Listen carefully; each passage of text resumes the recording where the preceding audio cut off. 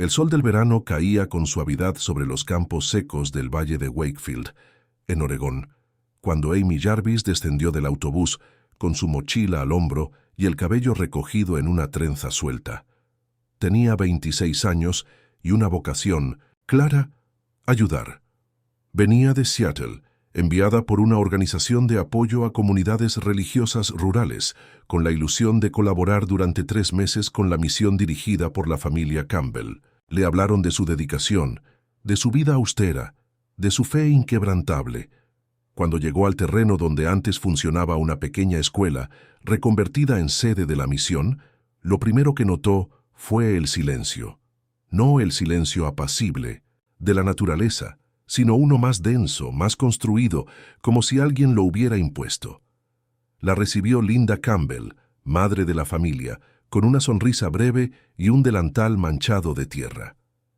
James, el padre, apareció después, alto, severo, con una Biblia bajo el brazo. Ellie y Sarah, sus hijos adolescentes, observaban desde la distancia.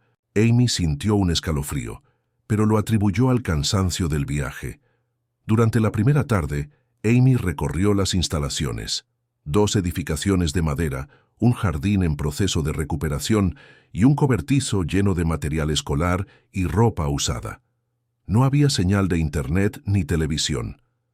Las normas eran claras: rezos diarios, comidas comunitarias, clases impartidas por los propios padres y salidas únicamente los fines de semana.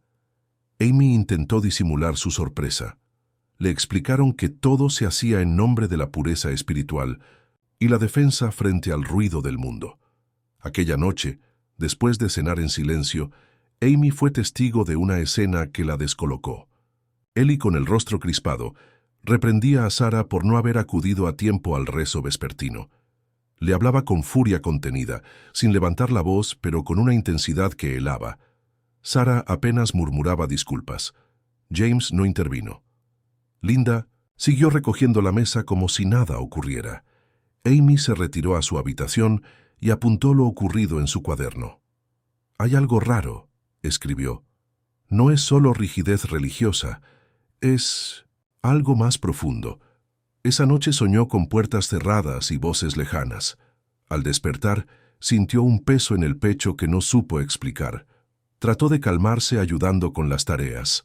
Organizó cajas de alimentos donados, limpió la pequeña cocina, charló con los niños que venían a las clases dominicales. Pero algo no cuadraba. Sarah casi no hablaba. Sus respuestas eran mecánicas. Eli no se apartaba de ella más de unos metros. Y cuando Amy preguntó si podía usar internet en el pueblo, James respondió que eso no era necesario para servir a Dios. La incomodidad crecía, aunque todos mantenían la fachada de cordialidad. Esa noche, mientras se acomodaba en su cama, Amy vio por la ventana cómo Ellie y Sarah se dirigían juntos al cobertizo. Se detuvieron justo antes de entrar. Él dijo algo. Ella bajó la cabeza. Amy cerró la cortina y se sentó en el borde del colchón.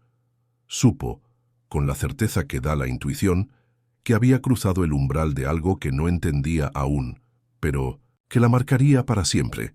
Amy se integró rápidamente a las rutinas de la misión. Durante los primeros días, ayudó a clasificar ropa donada, organizó sesiones educativas con niños del vecindario y acompañó a Linda en sus compras mensuales al mercado del pueblo.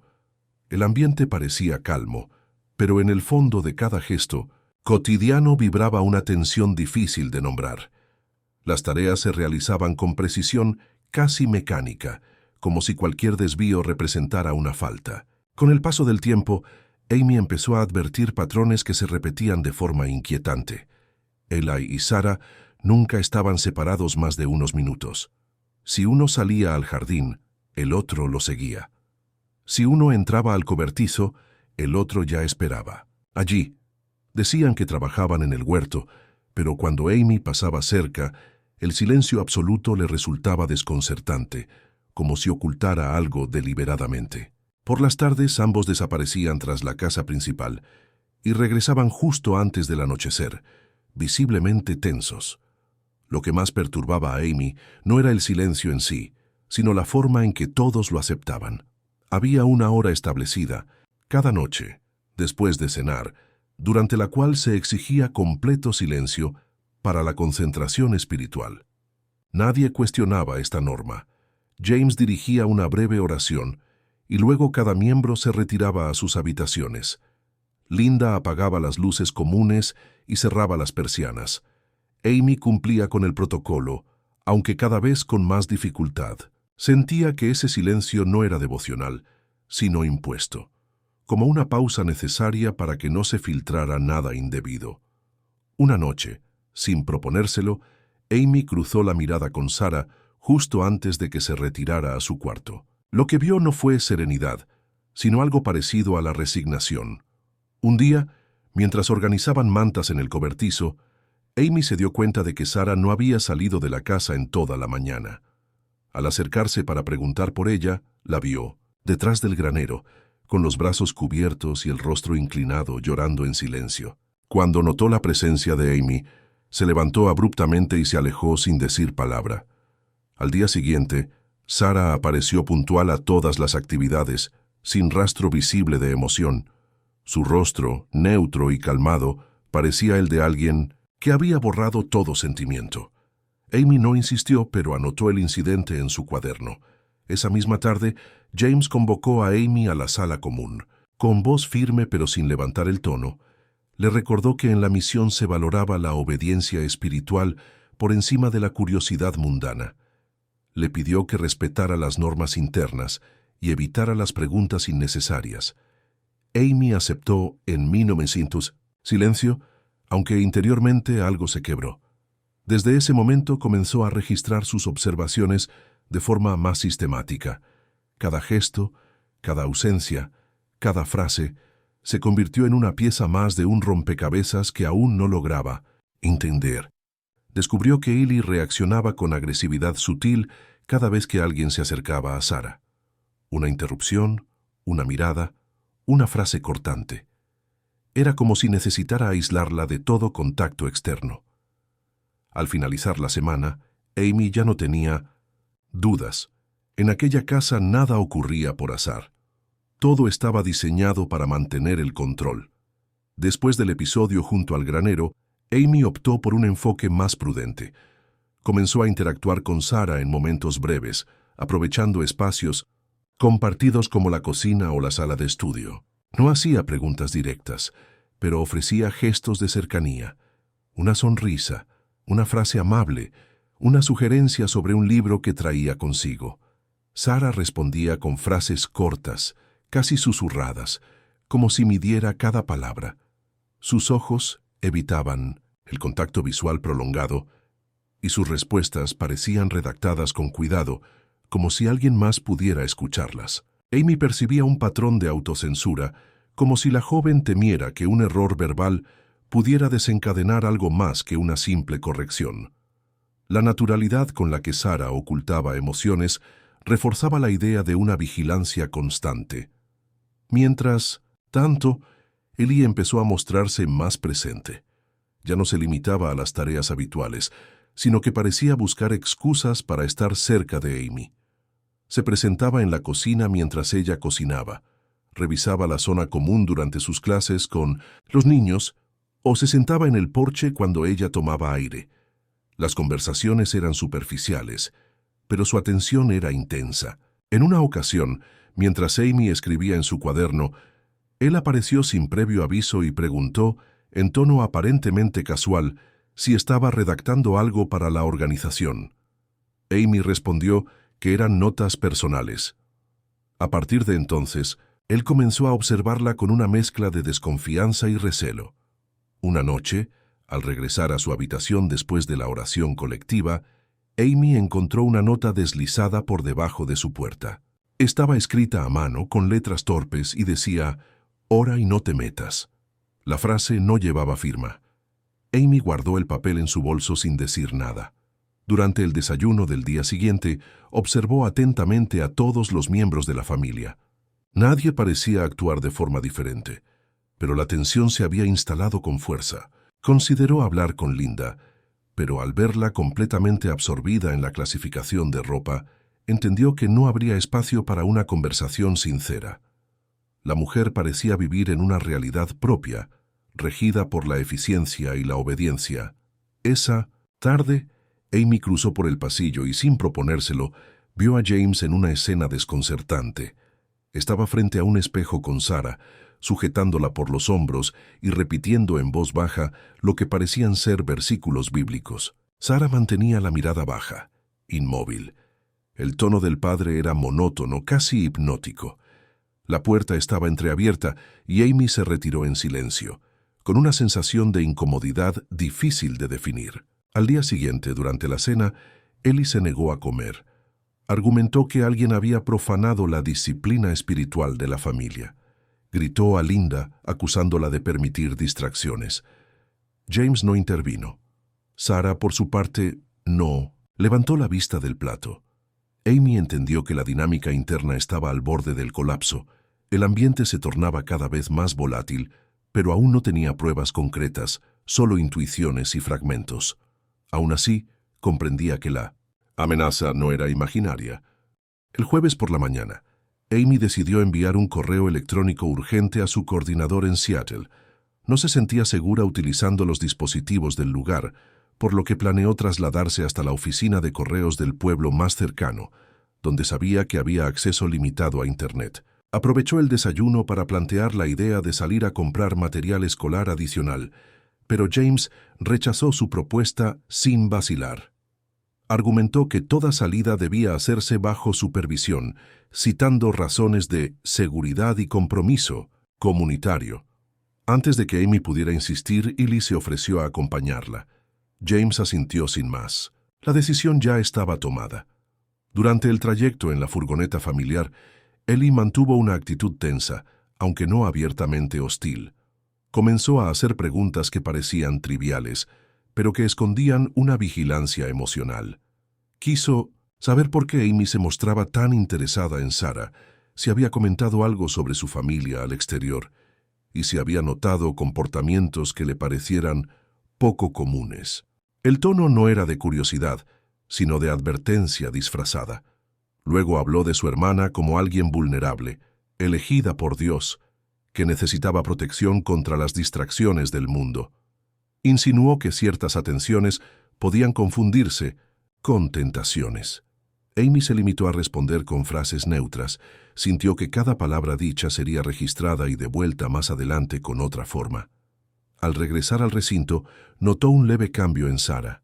Durante la tarde, mientras revisaban materiales escolares, la joven se acercó con una manzana y la dejó discretamente sobre la mesa. Susurró un gracias apenas audible y se marchó sin esperar respuesta. No era un gesto afectivo, sino una señal. Amy comprendió que había un mínimo canal de entendimiento entre ellas, aunque frágil.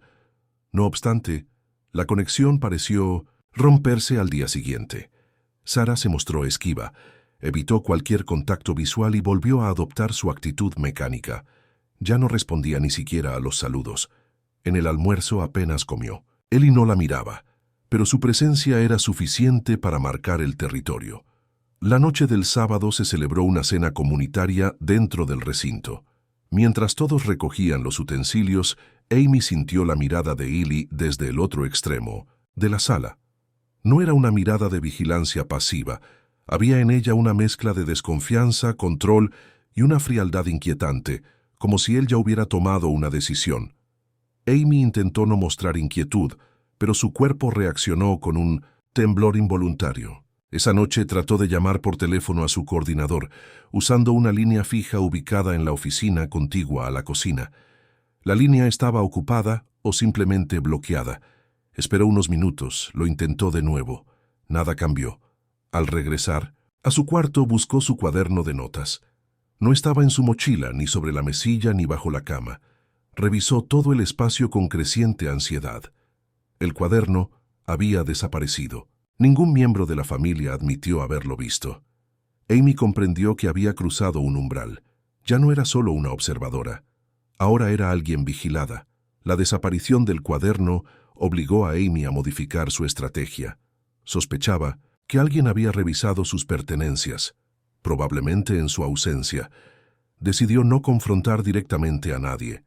En cambio, comenzó a registrar sus observaciones de forma digital, utilizando un archivo encriptado vinculado a una nube externa. Cada noche copiaba detalles relevantes, describía el comportamiento de los Campbell y documentaba el ambiente general del recinto. Se volvió más meticulosa, consciente de que cada dato podía ser crucial más adelante. Ocultaba sus dispositivos con cuidado y se aseguraba de borrar historiales de navegación. La idea de que su privacidad estuviera comprometida le provocaba ansiedad, pero también la empujaba a actuar con más cautela. Mientras tanto, la situación de Sarah se volvía más preocupante. Amy notó cambios sutiles en su lenguaje corporal. Cuando hablaba con Illy, lo hacía con la cabeza baja, pronunciando frases casi inaudibles. Parecía evitar cualquier postura que pudiera ser interpretada como oposición. Su actitud recordaba a la de alguien que busca constantemente evitar el castigo, incluso cuando nadie lo ha anunciado. En una ocasión, Amy la vio en el jardín, arrodillada entre los arbustos, murmurando para sí misma. No se trataba de una oración estructurada, sino de una repetición nerviosa de palabras, como si intentara calmarse. Ellie apareció poco después, y Sarah interrumpió en seco su murmullo. Esa noche Amy fue despertada por un ruido leve. Al mirar por la ventana, distinguió una figura con linterna que se movía en la oscuridad. No pudo ver el rostro, pero el andar era decidido. Al día siguiente, durante el desayuno, Ellie mencionó que había salido a patrullar la propiedad, preocupado por señales de coyotes. Nadie lo cuestionó. Sarah no asistió a la comida matutina. Su ausencia fue explicada por Linda con una frase escueta. Se cayó del altillo, pero ya está mejorando. Amy, intrigada, se acercó más tarde al cobertizo donde supuestamente ocurrió el accidente. Estaba cerrado con candado. No había señales de una caída reciente. Horas después, Sarah apareció brevemente en el comedor. Llevaba una manga larga que dejaba entrever una marca oscura en la muñeca. Caminaba con lentitud, sin mirar a nadie. Amy decidió no intervenir de inmediato, pero empezó a trazar un esquema con los horarios, desplazamientos y eventos relevantes. Tomaba fotografías discretas de los entornos, buscaba patrones. Necesitaba evidencias claras que pudieran servir más allá de sus percepciones. Sin embargo, Ellie percibió algo. Una tarde, mientras Amy clasificaba útiles en la sala, él se detuvo a su lado y, sin levantar la voz, le dijo que sabían que no era quien fingía ser. Mencionó que habían visto detrás de su sonrisa. La frase, dicha con serenidad, tuvo un efecto inmediato. Amy entendió que ya no era simplemente tolerada. Ahora era considerada una amenaza. Su miedo, hasta entonces latente, se transformó en un estado constante de alerta. Sabía que debía actuar con rapidez, pero también con inteligencia. El margen de error se había reducido. Al cumplirse 7 días desde su llegada, Amy sintió que había alcanzado un punto límite. La desaparición del cuaderno, la vigilancia latente y la actitud cada vez más invasiva de Illy configuraban un escenario que ya no podía ignorar. Esa mañana, se sentó frente al portátil que conservaba oculto en un doble fondo de su mochila y redactó un correo minucioso a su coordinador en Seattle. Describió cada uno de los incidentes que había observado, señaló cambios en el comportamiento de Sarah, expuso el control extremo ejercido por James y las amenazas veladas de Ellie. Adjuntó copias digitales de sus notas y fotografías que había tomado en distintos momentos. Antes de enviarlo lo leyó 3 veces, luego dejó el mensaje en borradores. No por temor, sino porque algo dentro de ella exigía confirmar directamente que no se estaba equivocando. Esa misma tarde, encontró a Sarah cerca del viejo pozo, un rincón del terreno al que pocos se acercaban. Amy se aproximó con precaución, evitando cualquier gesto que pudiera parecer forzado. Hablaron en voz baja, lo justo para que las palabras flotaran sin dirección definida. Amy no hizo acusaciones, solo expresó que había notado ciertas cosas, que se preocupaba por ella, que estaba dispuesta a escuchar. Sarah permaneció inmóvil varios minutos. Su rostro no mostraba lágrimas, pero sí un agotamiento profundo. como si cada día viviera con el peso de un secreto intolerable. Finalmente, susurró una frase breve, temblorosa, que revelaba un miedo profundo y arraigado. Si digo algo, todo puede empeorar. No dijo quién era él, pero no hacía falta. Ese momento selló en Amy la certeza de que debía actuar. Aquella confesión no implicaba solo miedo, sino dependencia, una lealtad construida desde la infancia, probablemente con mecanismos de culpa y manipulación. Amy no intentó convencerla ni forzar promesas. Le aseguró que haría todo lo posible para ayudarla. Esa noche, al regresar a su habitación, volvió al mensaje guardado y lo envió. Minutos después, eliminó todo rastro del correo en el dispositivo y lo apagó. No podía arriesgarse a que alguien más accediera a esa información.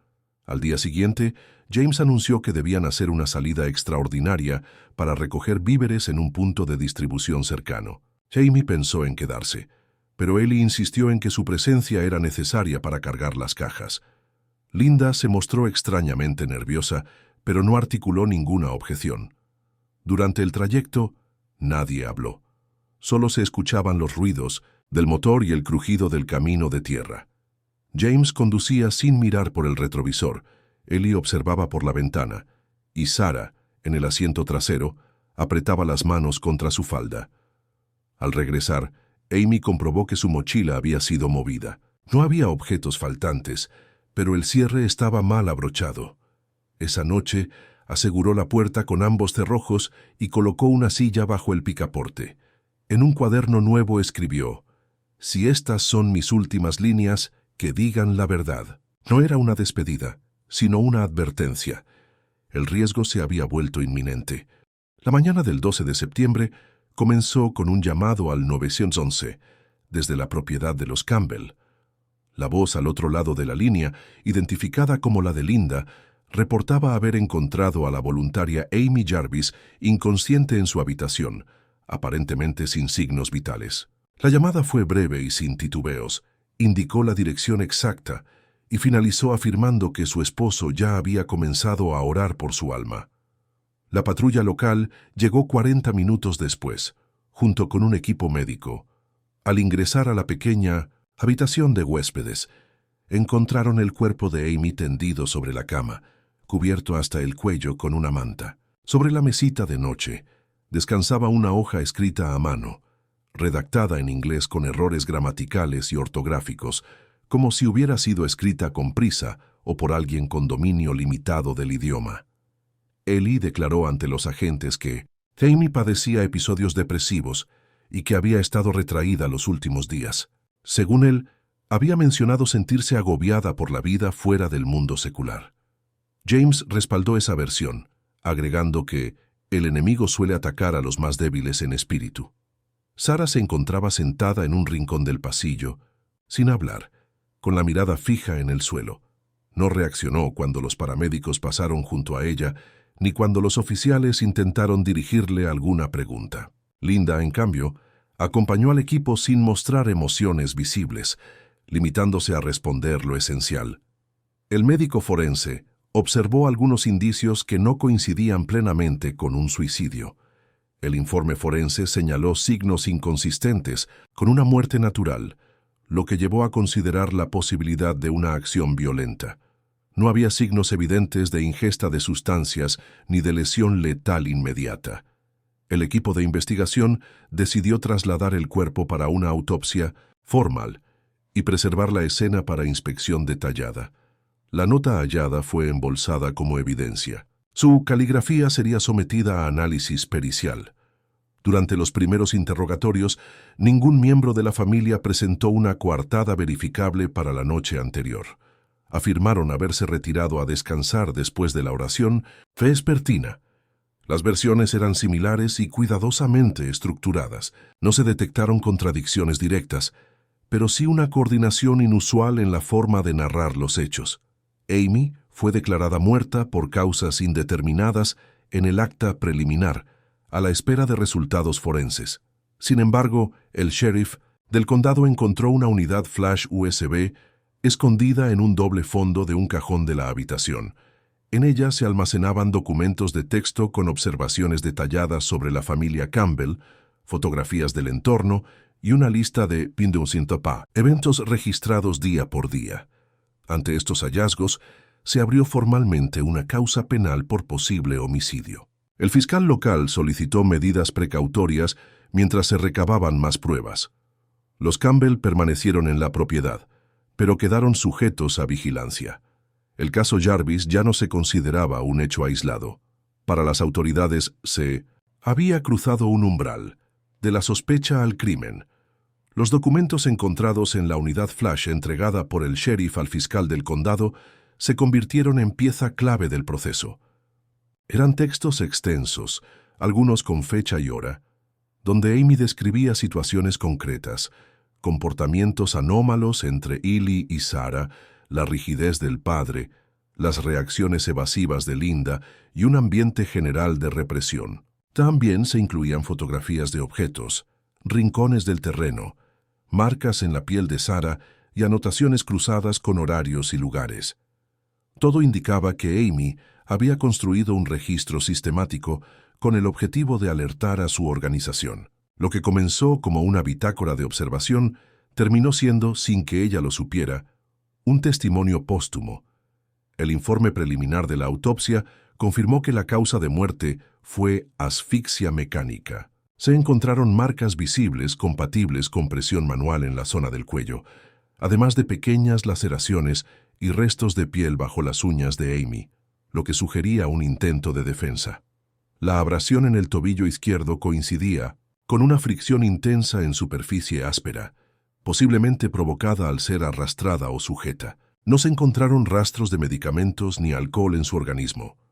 La nota supuestamente escrita por la víctima fue analizada por expertos caligráficos, quienes concluyeron que el texto no correspondía al estilo ni al trazo habitual de Amy. El contenido además presentaba errores sintácticos y vocabulario impropio de una hablante nativa. Ante la acumulación de indicios, el fiscal amplió la investigación y solicitó la comparecencia de los Campbell. Durante los días siguientes, Sarah no se presentó a las actividades de la misión. Permanecía encerrada en su habitación o deambulaba por el terreno, siempre en silencio. La noche del 18 de septiembre, tras una jornada de vigilancia discreta, se acercó sola al vehículo de la policía apostado a las afueras de la propiedad. Golpeó la ventana del copiloto y pidió hablar con la oficial al mando, una sargento que había participado en las primeras diligencias. Subieron al coche. 15 minutos después, Sarah descendió con la mirada baja, las manos entrelazadas y la voz apenas audible. Dijo que ya no podía callar más. La declaración fue grabada con autorización y registrada en el acta oficial. Tras este giro, se organizó un interrogatorio formal con presencia de un psicólogo forense. Sarah fue conducida a una sala segura donde comenzó a relatar su versión. No formuló acusaciones directas, pero describió un entorno de miedo constante, aislamiento emocional y obediencia sin preguntas. Expresó sentimientos de culpa y confusión. Su testimonio coincidía en parte con las observaciones registradas por Amy. El fiscal solicitó una orden de allanamiento para el recinto completo. La orden fue concedida la mañana siguiente. La policía revisó el interior de la casa, el cobertizo, las habitaciones, el almacén y los espacios comunes. Durante la inspección, un agente encontró un cuaderno escondido entre varias Biblias en una estantería del cuarto de almacenamiento. Pertenecía a Sarah. El contenido estaba escrito con letra insegura, llena de tachaduras.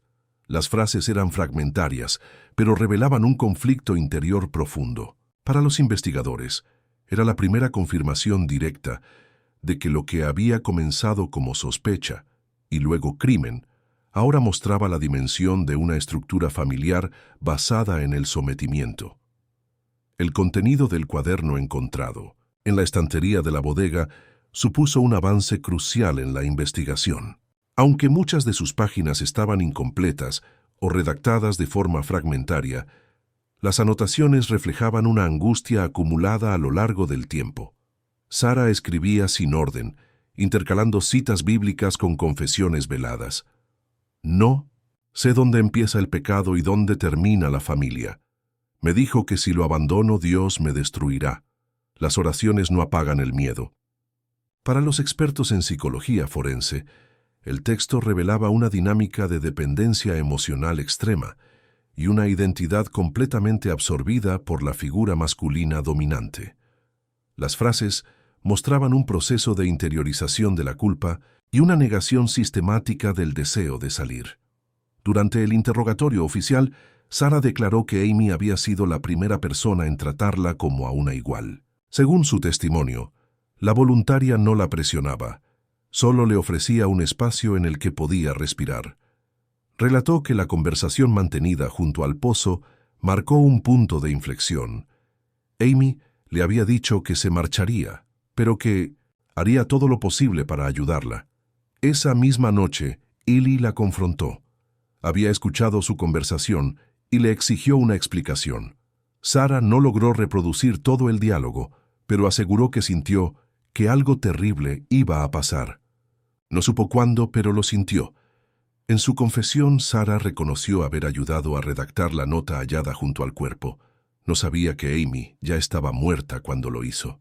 Dijo que Eli le ordenó escribir exactamente lo que él dictaba, justificándolo como un último acto de misericordia para evitar una vergüenza mayor. Afirmó que lo hizo temiendo que su negativa trajera represalias. Al día siguiente, no se le permitió salir de la habitación hasta que la policía llegó. Durante ese tiempo, Linda mantuvo la rutina como si nada hubiera ocurrido. James no le dirigió la palabra, solo le dejó sobre la mesa una Biblia abierta. El pasaje subrayado hablaba del castigo a los rebeldes.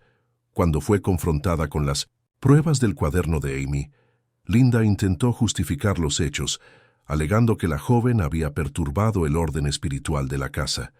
Dijo que su presencia sembró dudas, orgullo y confrontación. Las autoridades mostraron entonces fotografías de Sarah con marcas visibles en la piel, así como fragmentos de correos electrónicos que Amy había conseguido enviar a su coordinador. Linda se quedó en silencio. James, en cambio, se negó a responder a cualquier pregunta. Afirmó que solo hablaría ante autoridades divinas. La fiscalía consideró su negativa como una forma de resistencia, pero legalmente no podía obligarlo a declarar. Esa misma noche, Eli fue detenido bajo cargos de homicidio en primer grado. Fue trasladado a una comisaría del condado, donde quedó en régimen de aislamiento preventivo. Sarah fue derivada a un hospital con acompañamiento psiquiátrico. La fiscalía inició los trámites para formalizar la acusación y solicitar medidas cautelares. Por primera vez en semanas, el recinto quedó en silencio real, sin rezos ni voces repetidas.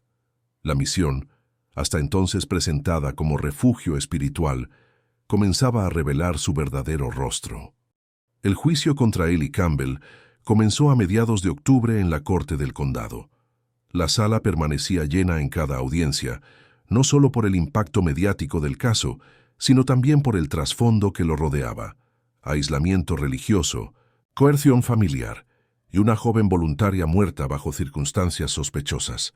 La fiscalía basó su argumentación en un conjunto sólido de pruebas: el informe forense, que confirmaba asfixia mecánica, las marcas de lucha, los fragmentos de piel bajo las uñas de la víctima, el análisis caligráfico que descartaba a Amy como autora de la nota suicida, y sobre todo los testimonios de Sarah y los archivos digitales de la propia Amy. A ello se sumaron los resultados de la inspección del lugar, el cuaderno escondido y los correos enviados a su coordinador. El equipo de defensa planteó una estrategia centrada en la salud mental de Eli. Alegaron que había desarrollado un trastorno paranoide producto del aislamiento prolongado reforzado por las enseñanzas extremas del padre. Presentaron como atenuante una educación basada en la supresión de vínculos externos y la creencia absoluta en la autoridad doméstica. Según los peritos contratados por la defensa, Eli no comprendía la naturaleza ni la gravedad de sus actos, sino que respondía a un sistema de valores distorsionado por años de manipulación doctrinal. Intentaron desplazar la responsabilidad estructural hacia la figura de James, aunque sin acusarlo directamente. Sarah prestó declaración desde una sala contigua, bajo observación psiquiátrica. Sus palabras fueron medidas, a veces entrecortadas, pero coherentes. Describió con precisión los eventos del día anterior a la muerte de Amy, así como la presión sufrida para colaborar en la redacción de la nota falsa. Aseguró que durante años creyó que su silencio protegía la unidad familiar, hasta que Amy le mostró que existía otra posibilidad. Relató cómo Ely intervenía en cada aspecto de su vida diaria, cómo las decisiones eran impuestas en nombre de la obediencia espiritual, y cómo la llegada de Amy alteró un equilibrio que solo existía en la superficie. Su testimonio conmovió a la sala, especialmente por la forma en que diferenciaba entre culpa y responsabilidad. El diario personal de Amy fue leído ante el jurado, junto con varios de sus correos. Se expusieron fotografías tomadas por ella, incluyendo imágenes de objetos y marcas que coincidían con la narración de Sarah. Un video grabado en el último encuentro comunitario antes de la muerte de Amy mostró a James repitiendo ante los presentes que el amor dentro de la familia es la forma más pura de conexión, sin importar lo que el mundo diga. Para la fiscalía, esa frase sintetizaba la cultura de encubrimiento que facilitó la tragedia. El veredicto llegó tras 5 días de deliberación. Ely fue declarado culpable de homicidio en primer grado y condenado a cadena perpetua. Sarah recibió una pena de 10 años de libertad condicional con tratamiento obligatorio. James y Linda no fueron imputados formalmente, pero la misión quedó oficialmente clausurada. El silencio dejó de ser norma y pasó a ser memoria. La sentencia dictada contra Ely Campbell marcó el inicio de una ola de repercusiones que se extendió más allá de los límites del condado. La cobertura mediática del caso alcanzó proyección nacional. Diversos canales de noticias comenzaron a reconstruir la historia con base en registros judiciales, entrevistas con vecinos y testimonios de antiguos colaboradores de la organización religiosa. La figura de James Campbell, que hasta entonces había permanecido en un segundo plano procesal, fue objeto de una investigación paralela por parte de periodistas independientes.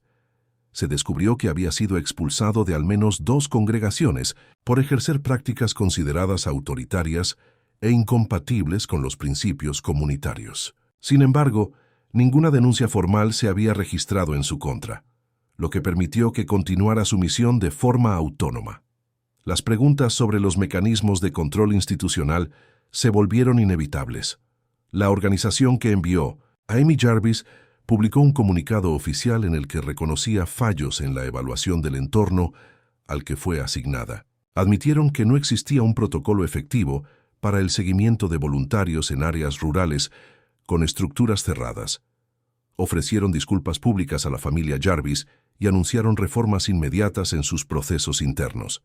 Entre las medidas propuestas se incluían visitas periódicas, acceso garantizado a comunicación externa y evaluación psicológica previa de los líderes comunitarios. La muerte de Amy se convirtió en un punto de inflexión para el sistema que, por omisión, había contribuido al aislamiento que permitió el abuso.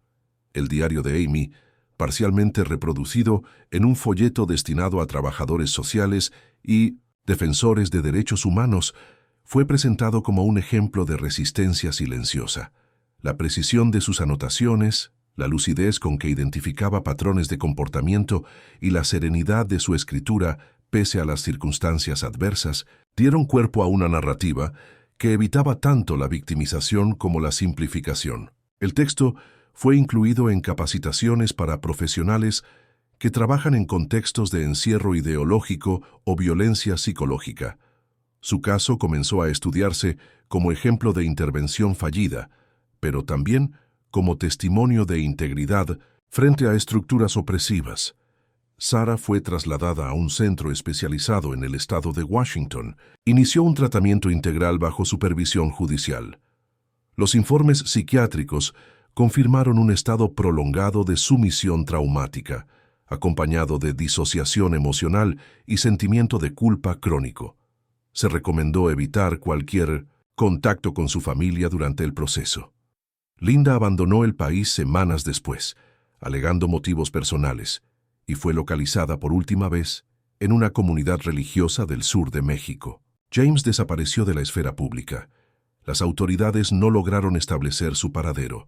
No existían cargos en su contra, pero su rol quedó expuesto ante la opinión pública. En el terreno que ocupaba la misión, el edificio principal fue demolido por orden del condado. En su lugar se instaló una placa metálica con la inscripción: «En memoria de quienes no temieron decir la verdad». El lugar quedó desierto, pero cargado de memoria.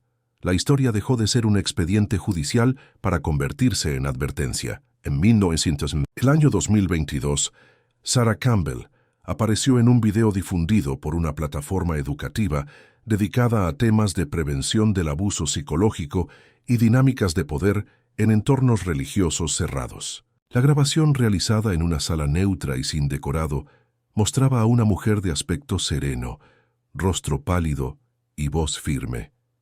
Durante 30 minutos respondió preguntas preparadas por terapeutas y trabajadores sociales. Habló sin dramatismo, pero con claridad. Explicó cómo creció en un sistema donde toda forma de pensamiento era filtrada por la voluntad paterna y cómo la lealtad a su hermano no surgía del amor, sino del miedo al castigo y a la exclusión. Aseguró que no conocía otra forma de vida hasta la llegada de Amy, cuya presencia, aunque breve, le mostró una alternativa: la posibilidad de ser escuchada sin condiciones. Ellie Campbell permanece desde su condena en una prisión de máxima seguridad del Estado. Su comportamiento ha sido descrito como reservado y cooperativo, sin incidentes relevantes. Ha presentado 2 solicitudes de apelación, ambas rechazadas por falta de fundamentos nuevos. No ha recibido visitas desde el primer año de reclusión y no mantiene contacto con ningún miembro de su familia. Un informe reciente del Departamento Penitenciario lo considera estable, pero aislado emocionalmente. No ha participado en programas de rehabilitación ni ha emitido declaraciones públicas. Para el sistema judicial su caso está cerrado. Para la opinión pública, su nombre quedó ligado a un modelo de fanatismo convertido en daño irreversible. En ese mismo año, un documental titulado La hermana y la testigo fue estrenado en una plataforma de streaming con alcance internacional. El proyecto, producido por un equipo independiente, recopiló testimonios de investigadores, psicólogos, vecinos y exvoluntarios de la organización que envió a Amy. El eje narrativo fue construido a partir de sus escritos, combinando sus textos con imágenes del lugar demolido, grabaciones del juicio y entrevistas actuales. La figura de Amy no fue presentada como heroína trágica, sino como una persona que actuó desde la convicción ética, aún sin poder prever las consecuencias. El documental fue utilizado en universidades y centros de formación como material de estudio. La muerte de Amy impulsó una reforma normativa a nivel estatal. A partir del año siguiente, toda organización que envíe voluntarios a comunidades religiosas en zonas rurales deberá garantizar acompañamiento psicológico regular, accesos seguros a comunicación externa y revisión periódica de condiciones de vida. La legislación lleva el nombre informal de Enmienda Jarvis. Su madre, Ruth Jarvis, fundó una asociación con el objetivo de ofrecer apoyo legal y emocional a jóvenes que se encuentren en entornos controlados por estructuras cerradas. El trabajo del grupo ha sido reconocido por diversas instituciones. En Wakefield, el terreno donde se alzaba la misión permanece vacío. No se han establecido nuevas comunidades religiosas en el área desde el cierre. Una banca de madera, ubicada bajo un antiguo abeto junto al camino, permanece intacta. En ella, según testigos, solían sentarse 2 jóvenes, una en busca de salida, otra intentando ofrecerla. El lugar no tiene vigilancia ni placas nuevas, solo silencio, el mismo que una vez fue norma y que hoy, por fin, es paz. Amigos, antes de finalizar esta historia, es importante decir algunas palabras. Nuestro contenido está dedicado al análisis de eventos criminales, pero de ninguna manera justifica ni glorifica la violencia. Exploramos estos casos para comprender mejor sus causas y consecuencias. Todos los hechos descritos forman parte de una narración ficticia, basada en investigaciones reales y análisis criminales. Mostramos la psicología de los delincuentes y el trabajo de las autoridades para resaltar la importancia de la justicia. Condenamos categóricamente cualquier forma de crimen y violencia. Esta historia no pretende romantizar los delitos, sino demostrar sus repercusiones y advertir sobre los peligros que pueden representar. Nunca intenten imitar lo que ven o escuchan en historias como esta. Cualquier acto delictivo conlleva consecuencias irreversibles. La conciencia sobre estos temas ayuda a construir un mundo más seguro. Gracias por su atención y por su enfoque reflexivo hacia estas historias.